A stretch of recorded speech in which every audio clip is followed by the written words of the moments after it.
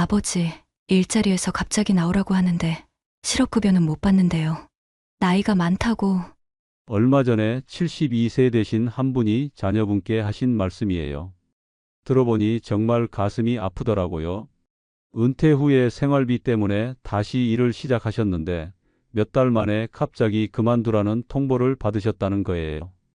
혹시 이런 경험 있으신가요? 은퇴를 했지만 생활비가 부족해서 다시 일자리를 찾았다가 갑자기 그만두라는 통보를 받았을 때 말입니다. 그 순간 나는 아무런 보상도 못 받는 건가? 이런 생각 한 번쯤 하셨을 겁니다. 저도 주변에서 이런 이야기를 참 많이 들었어요. 65세가 넘어서 새로운 일을 시작했는데 몇 달 만에 회사 사정으로 나와야 한다는 얘기를 듣고 막막해 하시는 분들 말입니다. 젊은 사람들이야 실업급여라도 받을 수 있지만 우리 어르신들은 그마저도 받기 어려웠거든요. 요즘 마트에서도 식당에서도 경비실에서도 연세 드신 분들이 열심히 일하고 계신 모습을 자주 봅니다. 그분들 대부분이 생계를 위해서 일하고 계신 거잖아요. 연금만으로는 생활이 빠듯하니까 말입니다.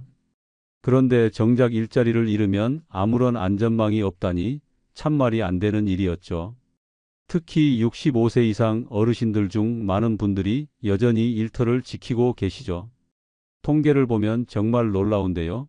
우리나라 65세 이상 고령층 중 상당수가 아직도 경제 활동을 하고 계신답니다. 이분들이 일하는 이유가 뭘까요? 대부분 생활비 때문이에요. 국민연금이나 기초연금만으로는 한 달 생활하기가 빠듯하거든요. 그런데 그동안은 불합리하게도 65세 이후 새로 취업하신 분들은 실업급여조차 받을 수 없었다는 사실 알고 계셨나요? 정말 어이없는 일이죠. 젊은 사람들이 일자리를 잃으면 실업급여로 버텨나갈 수 있는데 정작 더 어려운 상황에 있는 어르신들은 그런 보호막조차 없었던 겁니다. 잠깐 여러분, 제가 오늘 정말 중요한 변화의 소식을 전해드릴 텐데요. 그 전에 잠시만요. 이런 유용한 정보들을 놓치지 않으시려면 구독 버튼을 꼭 눌러주시고요. 좋아요도 함께 부탁드려요. 그리고 알림 설정까지 해두시면 새로운 소식이 올 때마다 바로바로 알려드릴 수 있어요. 우리 모두의 노후가 조금이라도 더 안정될 수 있도록 함께 정보를 나누어 봐요. 자, 그럼 이제 본격적으로 얘기해 볼까요? 최근에 이 규정이 바뀔 수 있다는 소식이 들려오고 있어요. 정부에서도 이 문제를 심각하게 보기 시작했다는 거죠. 사실 이건 오래전부터 많은 분들이 지적해온 문제였어요. 생각해 보세요. 50대에 일자리를 잃으면 실업급여 받을 수 있잖아요. 60대 초반에 일자리를 잃어도 마찬가지고요. 그런데 65세만 넘어가면 갑자기 그런 혜택이 사라진다. 나이로 차별하는 거나 다름없죠. 더군다나 요즘은 평균 수명도 길어졌잖아요. 80대, 90대까지 건강하게 사시는 분들이 많아졌는데 65세를 기준으로 줄을 그어버리는 게 맞나 싶어요. 실제로도 65세가 넘어서 새로운 일을 시작하시는 분들이 얼마나 많은데요. 제 주변만 봐도 그래요. 아파트 경비실에서 일하시던 72세 되신 분이 계셨는데 관리사무소 방침이 바뀌면서 갑자기 그만두게 되셨어요. 그분이 얼마나 당황스러워 하시던지요. 젊은 사람들은 실업급여라도 받는데 나는 뭐가 있나 하면서 한숨을 푹푹 쉬시더라고요. 또 다른 분은 마트에서 일하시다가 코로나 때문에 일자리를 잃으셨어요. 70세이 조금 넘으셨는데 내가 이 나이에 무슨 일자리를 또 찾겠나 하면서 정말 막막해 하시더라고요. 그런 모습 보니까 정말 마음이 아팠어요. 사실 우리나라가 고령화 사회로 빠르게 진입하고 있잖아요. 이제는 65세도 어떻게 보면 한창 일할 나이가 된 거죠. 건강도 좋아지고 경험도 많고 아직 충분히 사회에 기여할 수 있는 나이인데 제도는 옛날 그대로 머물러 있었던 거예요. 그런데 드디어 변화의 바람이 불기 시작했어요. 정부에서도 이 문제를 인식하고 있다는 신호들이 나오고 있거든요. 물론 아직 확정된 건 아니지만 여러 가지 움직임들을 보면 희망적인 소식들이 들려오고 있어요. 오늘은 이 65세 이상 실업급여 확대 논의의 배경부터 시작해서 현재 어떤 상황인지 그리고 앞으로 어떤 변화가 올 수 있을지까지 깊이 있게 짚어보겠습니다. 끝까지 보시면 앞으로 우리 삶에 어떤 변화가 올 수 있을지 감이 오실 거예요. 특히 지금 일하고 계신 분들, 그리고 앞으로 일을 해야 할 수도 있는 분들에게는 정말 중요한 정보가 될 거라고 확신해요. 우리 모두의 노후 안전망이 조금이라도 더 튼튼해질 수 있는 기회니까요. 자, 그럼 이제 왜 이런 변화의 논의가 시작됐는지부터 차근차근 살펴볼까요? 우선 우리나라의 정년 제도부터 이야기해 봐야겠어요. 지금까지는 60세 정년이 일반적이었죠. 여러분도 아시다시피 말이에요. 그런데 법이 바뀌어서 2033년까지는 법정 정년이 65세로 단계적으로 늘어나게 됩니다. 하지만 여기서 문제가 생겨요. 정년이 늘어나는 건 좋은데 실제 현장에서는 어떨까요? 회사에서 정말로 65세까지 계속 일할 수 있게 해주는 곳이 얼마나 될까요? 솔직히 말해서 그리 많지 않죠. 명목상으로는 정년이 늘어나지만 실제로는 그보다 일찍 퇴사하게 되는 경우가 훨씬 많아요. 제가 아는 한 분 이야기를 해드릴게요. 대기업에서 오랫동안 근무하신 박 씨라는 분이 계세요. 60세에 정년 퇴직을 하셨는데 퇴직금과 연금만으로는 생활이 빠듯하더라고요. 특히 아직 대학생인 막내 자녀 때문에 돈이 계속 나가니까 정말 고민이 많으셨어요. 그래서 62세에 경비 일자리를 구하셨어요. 그런데 1년 반 만에 아파트 관리사무소에서 갑자기 나이가 많으니까 그만두셔야겠다는 통보를 받으셨다고 해요. 그때 박 씨가 하신 말씀이 젊은 사람들은 실업급여라도 받는데 나는 뭐가 있나였어요. 정말 현실적인 이야기죠. 그럼에도 불구하고 은퇴 후 다시 일을 시작하는 분들이 갈수록 늘고 있어요. 이게 우리나라만의 특별한 현상이에요. 실제로 통계를 보면 정말 놀라워요. 65세 이상 인구 중에서 약 37%가 경제활동에 참여하고 있답니다.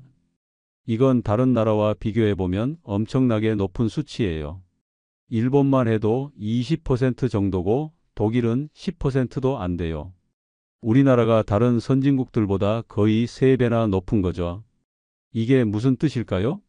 우리 어르신들이 아직도 사회의 일원으로 살아가고 있다는 뜻이에요. 이제 나이 먹었으니까 쉬어야지 하고 집에만 있는 게 아니라 여전히 일터에서 자신의 역할을 하고 계신다는 거죠. 어떻게 보면 정말 대단한 일이에요. 하지만 동시에 우리 사회가 아직 노후 보장이 충분하지 않다는 뜻이기도 해요. 그런데 바로 여기에 문제가 있어요.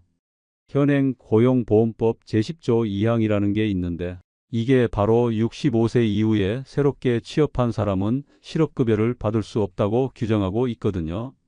참 이상하죠? 일은 하라고 하는데 일자리를 잃으면 보호는 안 해준다니 말이에요. 실제로 마트에서 일하시던 김 씨라는 분 이야기를 들어보면 더 실감이 나요.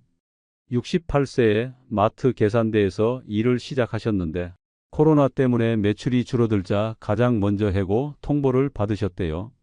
그때 김 씨가 하신 말씀이 이 나이에 다시 어디 가서 일자리를 구하겠나? 그냥 죽을 때까지 굶어야 하나였어요. 젊은 직장인이었다면 실업급여라도 받으면서 다음 일자리를 찾을 수 있었겠지만 김 씨는 그런 혜택조차 받을 수 없었던 거예요.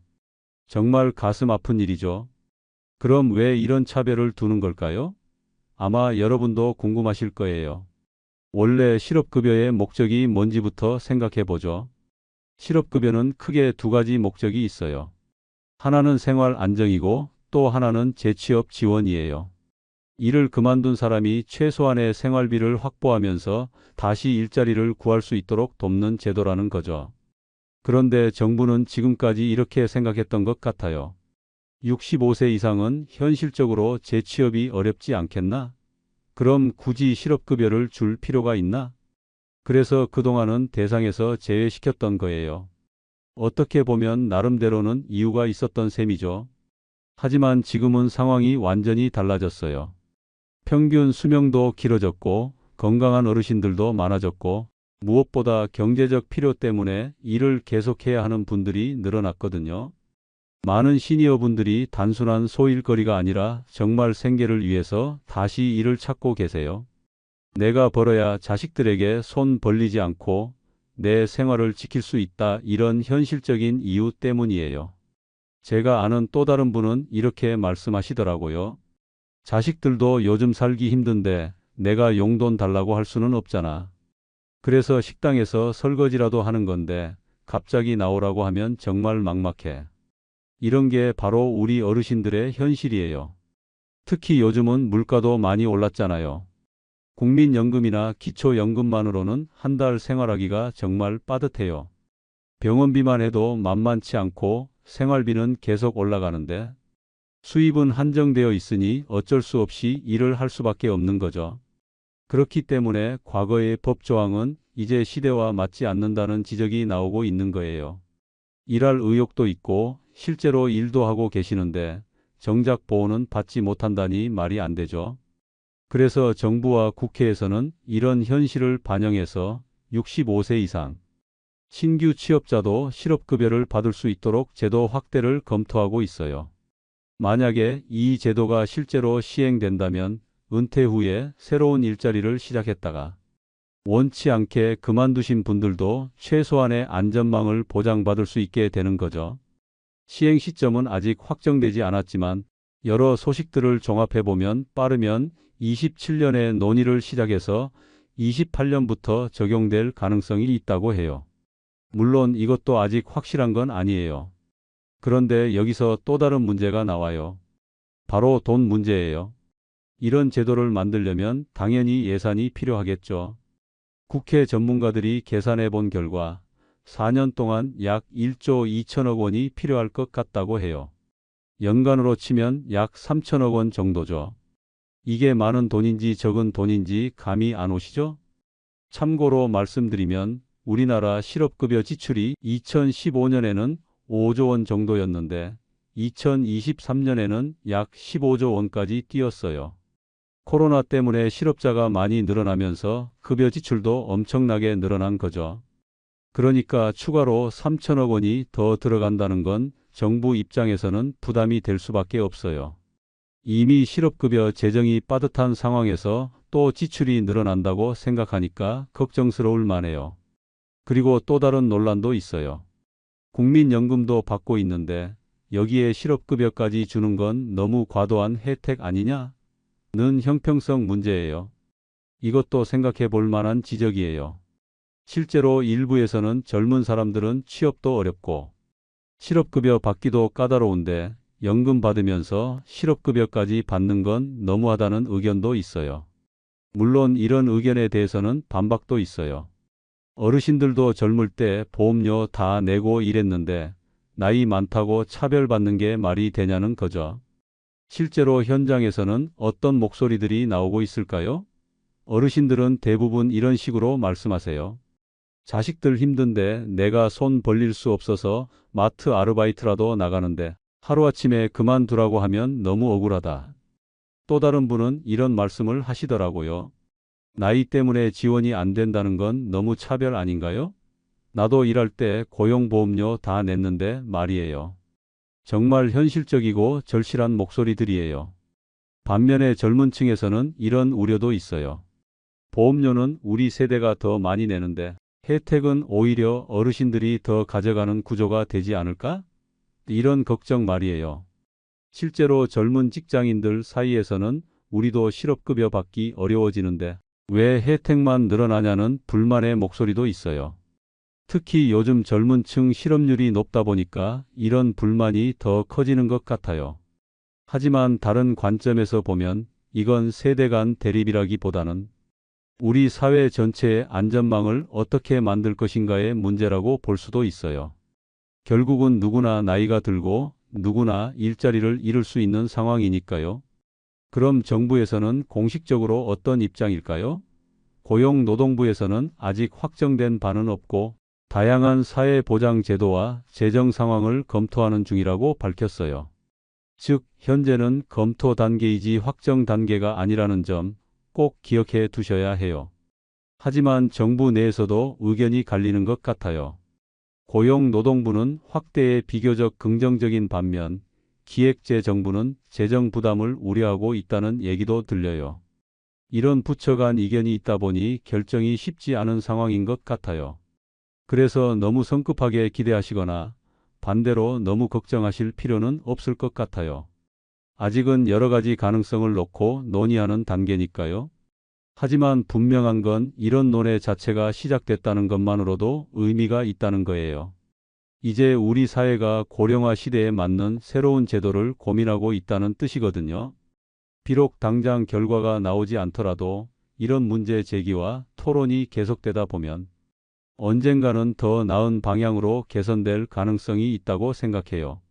자, 그럼 이제 오늘 이야기한 내용들을 정리해 보겠습니다. 현재 법상 65세 이후 신규 취업자는 실업급여를 받을 수 없어요. 이건 분명한 사실이고 지금도 그대로 적용되고 있는 규정입니다. 하지만 우리가 살펴본 것처럼 정년 연장과 고령층의 높은 경제 활동률 때문에 제도 확대 필요성이 점점 커지고 있는 상황이에요. 생각해보면 참 아이러니한 일이죠. 우리나라가 세계에서 가장 빠른 속도로 고령화되고 있고 어르신들의 경제활동 참여율도 다른 나라보다 월등히 높은데 정작 이분들을 보호하는 제도는 뒤처져 있다는 거니까요.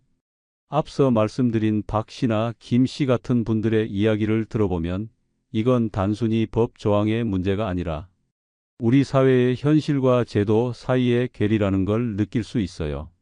실제로 일하고 계시고 사회에 기여하고 계시는데 정작 어려운 상황이 되면 보호받지 못한다니 말이에요. 하지만 동시에 우리가 간과하면 안 되는 게 있어요. 바로 막대한 재정 부담과 세대 형평성 문제예요. 4년간 1조 2천억 원이라는 돈이 결코 적은 금액이 아니거든요. 이미 실업급여 지출이 급증하고 있는 상황에서 추가 부담이 생긴다는 건 정말 신중하게 접근해야 할 문제예요. 그리고 젊은 세대의 우려도 충분히 이해할 만해요. 고용보험료는 현재 일하는 사람들이 내는 건데 혜택은 계속 확대된다면 부담만 늘어나는 게 아닌가 하는 걱정 말이에요. 이런 부분들도 함께 고려해야 하는 복잡한 문제인 거죠. 실제 시행은 빠르면 28년 이후가 될 수 있다고 했지만 이것도 여러 조건들이 맞아야 가능한 이야기예요. 무엇보다 국회에서의 논의가 필수적이고 여야 간 합의도 이루어져야 하고 재정 확보 방안도 마련되어야 하거든요. 그런데 여기서 중요한 건 뭘까요?